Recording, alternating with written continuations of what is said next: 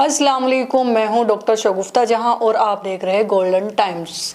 कानून का इम्तिहान और औरत की आबरू का सवाल।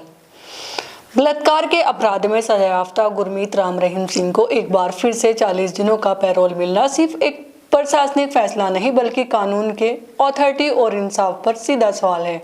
एक तरफ औरतों की आबरू और जिंदगी से खिलवाड़ करने वाला शख्स बार बार जेल से बाहर आता है और दूसरी तरफ सैकड़ों बेगुनाह जो लोग बिना सुनवाई के बरसों जेल में बंद है। क्या यही रूल्स ऑफ लॉ है?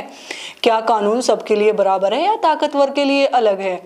कानून की बुनियाद वसूल है, इक्वल बिफोर लॉ, लेकिन जब एक सजायाफ्ता अपराधी को बार बार राहत मिलती है और आम आदमी की फरियाद सालों तक अनसुनी रहती है तो पब्लिक कॉन्फिडेंस तक मंगाने लगता है और ये फैसले प्रेजेंट बनते हैं और गलत प्रेजेंट सवाल को गलत संदेश देते हैं।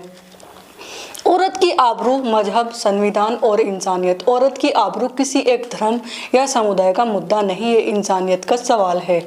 क्या भारतीय संविधान में औरतों को इज्जत, हिफाजत और इंसाफ का मुकम्मल हक दिया गया है?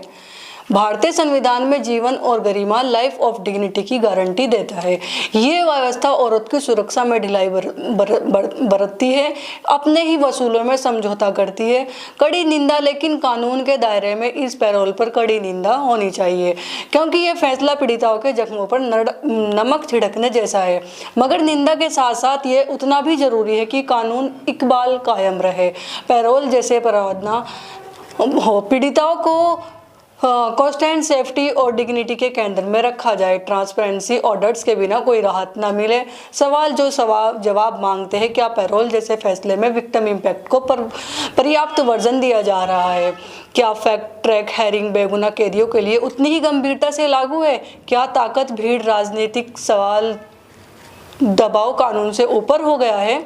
कानून का मकसद सिर्फ रिहाई नहीं, इंसाफ है। और औरत की आबरू और जिंदगी की कीमत तब तक सुरक्षित नहीं है जब तक वो सजायाफ्ता अपराधियों के साथ नरमी, बेगुनाहों के साथ सख्ती ये दोहरा मापदंड खत्म ना हो। Justice not to be done, it's must be done to be done. तो आप देख रहे हैं रोज की तरह